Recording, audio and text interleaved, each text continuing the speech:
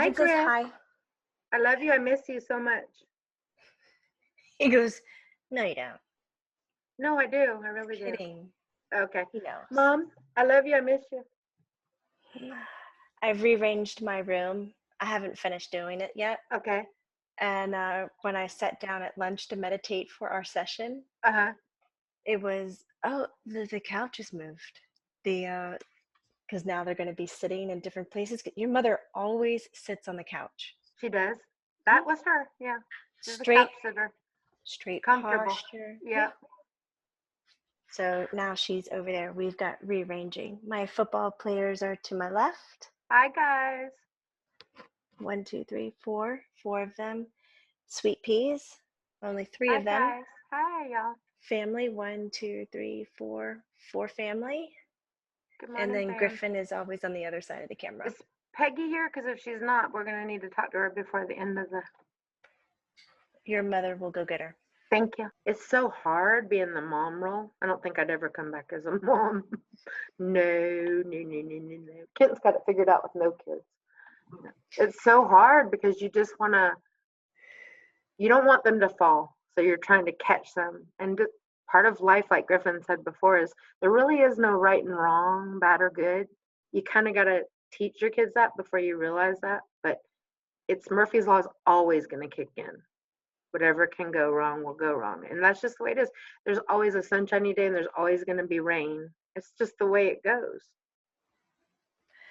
Griffin says, when I watch people now, I think the best policy is to prepare for the worst, Right? but plan for the best. Right?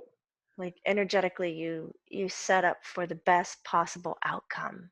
Well, And you that's keep that open, but you have all the pieces in place for the worst case scenario. Okay, Griffin, go down that street a little farther. I was reading about thermodynamics. Is that how you say it? Thermodynamics? So how you do the thermometer? What's it called? When you set the heat and cool? Sure. Thermodynamics or something like that. The way you vibe. Yeah, like it's called thermodynamics, I think. It's like the way you set the thermostat. So a lot of times you will vibe at a 70, say. So when you're around hundreds, people that vibe at 100, you feel like you don't deserve that. Like, and so to say you self-sabotage is too easy because self-sabotage is something you do unwillingly. You know what I mean? So, I mean, willingly, but you don't. It's like you think you're only allowed to vibe at a 70. So you won't allow yourself to mimic people's actions to vibe at the 100 because you think you're not deserving. And Griffin jumps in, he goes, and sometimes it doesn't even feel authentic. Right. You're not comfortable. You're out of your comfort zone. I'm only comfortable vibing at a 70. Don't push me to 100. And I might enjoy it some days, but I always go back to that 70 because I feel comfortable there. He says, well, then a 70 is your 100%. Okay. And you restructure the scale. Griffin's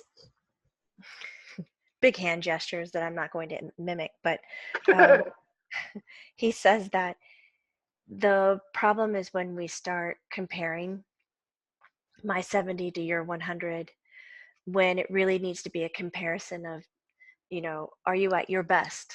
And I can't tell you what your best is on any number or any scale because only you can tell me if you're at your best. And then that's all I need. Right. The comparison, that's the pot of shit that gets spread around that makes everybody look at self-doubt, realize joy, maybe they're right? not the best. Yeah, it is the Debbie Downer of the world. Right, Griff? For real. Comparison is the Debbie Downer of the world. To anything, right? Mm-hmm. To He's anything. saying yes, anything. It's so weird. I like your eye color better than my eye color, or comparing, people say that blue eye color is the best eye color.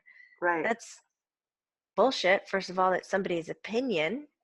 Right. And any person can say, I like green, I like blue. Great, then that's their preference. But to take on the majority of it, that's just putting other people down. Right.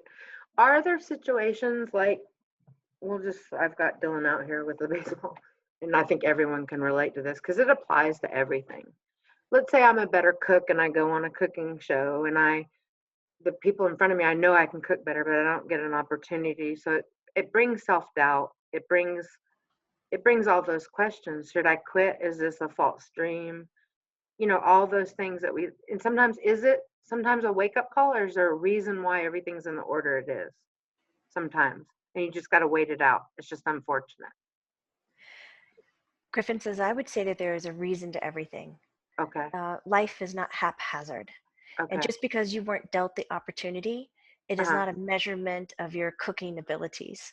Okay. It could be a measurement of your ability to be on camera, Right. or it could be a measurement of, Humility.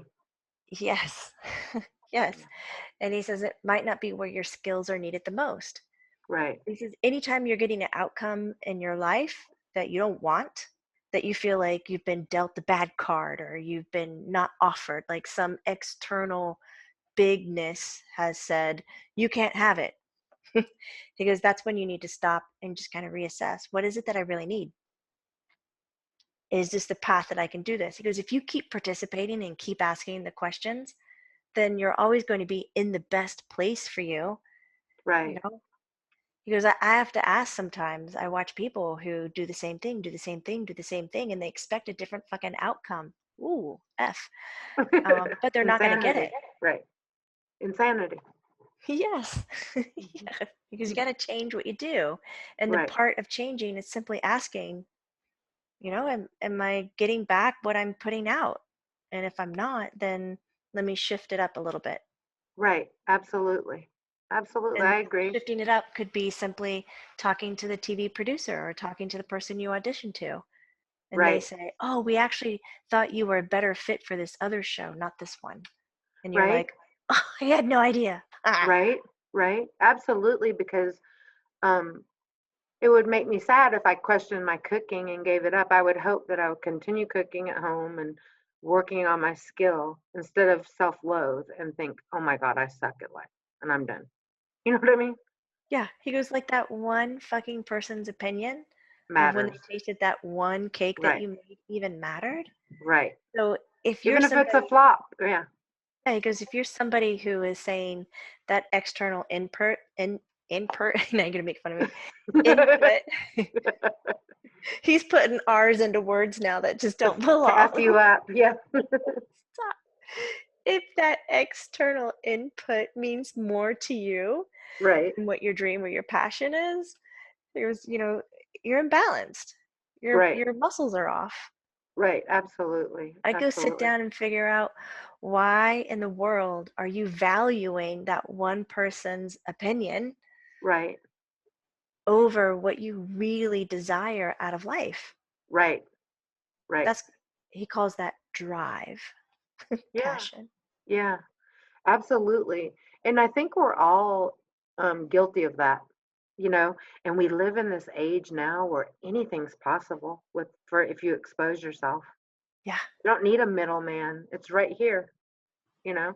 And if you're willing to take the criticism and the haters and stuff like that, because there's always going to be, and I'll call them the Murphy's laws. There's always going to be that person, and it Kent summed it up so well. It's always a person that's doing less than you. So they able to sit back and criticize it like, oh, I would have done that different. Well, then do it, you know? And it's true, I never especially if they're thought about coming across so hateful. Yeah, yeah, that. It is true. yeah. And you can be so powerful behind a keyboard. Like, come out, wherever you are, asshole. Griffin said, even if you aren't looking to be in the public eye, whether it's through social media or radio or TV, whatever it is, you are still in a social eye. You don't live in a cave. Right, People are going to see you. You're going to interact with them. That's part of being right, alive in this day and age. right, You're still going to handle people's judgments and opinions and critique, even when you're not asking for it. And he Right. goes, it's going to be best for all of us to be able to hold space for somebody to express their opinion. And as you're listening to it, go, oh, clearly that's that person's opinion. It's not my truth. I don't need to take it, and I don't need to defend it, and I don't need to correct them, and I don't need to prove anything. Great. Great to hear your opinion. I will take that in consideration. Bye. Right. Right. Live And life. and a lot of times, you guys, bam, is when I assume something, I'm so wrong. It could look totally like everything adds up to 4 on my cooking show. Like, wait, I'm not getting called up, and I'm not this, and I'm not that, and I can go talk to the producer, and it could be what you said. Well, I'm sorry, we thought you'd be better suited for this or whatever. Sometimes it's just the communication that's off, and it's like you said, if you signed up to come here, you have to be here. You can't go hide out in your cave. When you do, you fight with the depression. The depression. I saw a comedian say it made me laugh so hard. You fight with the depression. He says so depressed you can't say the whole word. Right, exactly. Exactly. Right? It's so funny. The comedian said, I've haven't taped a show in a long time because was very sick with the depression. Now I'm in remission. I'm in remission. That was so funny. So funny. But no, but I think one of the scariest things to come full circle, Griffin, that I've learned in life, no matter how much I lay in my bed when you died, no matter how much I pout, no matter how much I cry, no matter how much I feel sorry for myself or scared or lonely, I'm the only one at the end of the day that can save myself. Like other people can make me smile, other people can make me laugh, all those things, but at the end of the day, I'm responsible for me. Period. End of story. That was one of the fucked up realizations I came to. Like I'm here by myself. You can be in a room full of people and be alone. Like you're on your own, and you are responsible. Even relationships that I've had fall apart, I'm responsible for every relationship in my life, good or bad, right or wrong. I'm responsible. That was hard. That's still a pill that you continue to swallow through life. Like, you have to check You yourself. you are the knight in shining armor on the white horse, Yeah. and you're there to rescue yourself. I was kind of angry when I figured that out. I bet. Yeah. I would be I didn't too. like that. I I didn't didn't like like it when I that. figured it out either. And I Right? still don't like it. Right? And right? I heard somebody laughing. Did you hear that? Is that in your Oh office? yeah, that's on my end. Oh, Kate that's so has funny. come out, and Kate has the biggest laugh in the whole world. That's awesome. It's perfect timing, Kate. Okay, so so yeah, it just sucks because if you wait till to live your life and do things and wait for what other people plan for you, it's not going to be much. Like if you don't educate yourself and empower yourself in your life in every aspect of your life, spiritually, physically, mentally, emotionally, financially, if you leave that in someone else's hand, then it's never going to work out. And what they input is not going to be much, but they will overtake. Like you'll get cancer if you don't take care of yourself. I don't mean to say that because sometimes it's genetic or whatever, but you know what I mean. You'll get sick or you'll get fat if you don't educate yourself on food or nutrition and your body, the way your body works, mentally, physically, emotionally. Griffin says it's about the value of participation. He Yeah. first said it's the weight of participation, and I think he means the magnitude of how much you participate. Right. And in what direction do you participate? Are you participating in your demise? He has his thumbs down. Mm-hmm. Are you participating in your success? However much that you focus and propel yourself forward, which is participation, and it Mm-hmm. could be book knowledge, it could be experience knowledge, it could be emotional knowledge, like emotional intelligence, any Mm-hmm. of that. We're not saying you have to be like No, it doesn't books. have to be crazy active or anything. Yeah. Right. You just have to ask the questions and participate. You're Right. going to get back what you put out. And if your life isn't moving as fast as you want it to, because you're not putting out Because Yeah, how are you going to burn a big roaring fire with one log? right? Not a lot of participation. Absolutely. Absolutely. Or I'll look at IG and the girls' bodies on there and I'll be like, maybe I'll just wake up with that tomorrow. I'll like it. You know what I mean? Let me get some sleep because I know I'm gonna wake up with that butt. Right?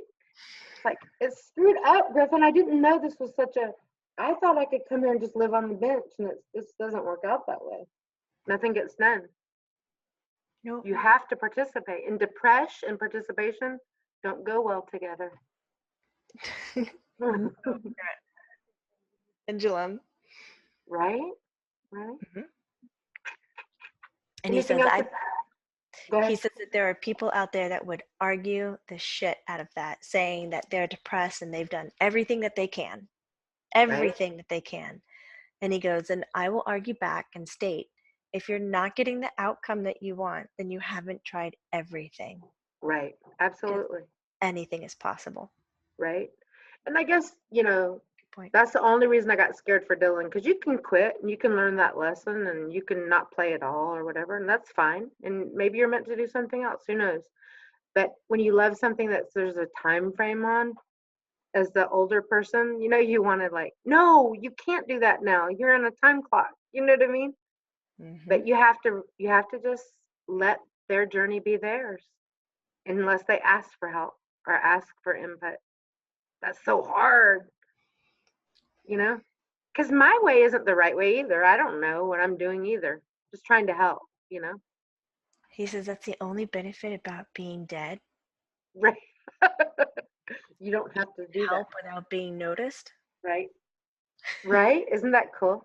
He said, yes, it's really fucking cool. And do you guys compare yourselves to others up there? No, Oh. it's not even in the language that we use. But it's all over the English language. It's Right. based. All over, right? Are Mhm. you doing good, Griff? I'm looking at your picture. You're so handsome.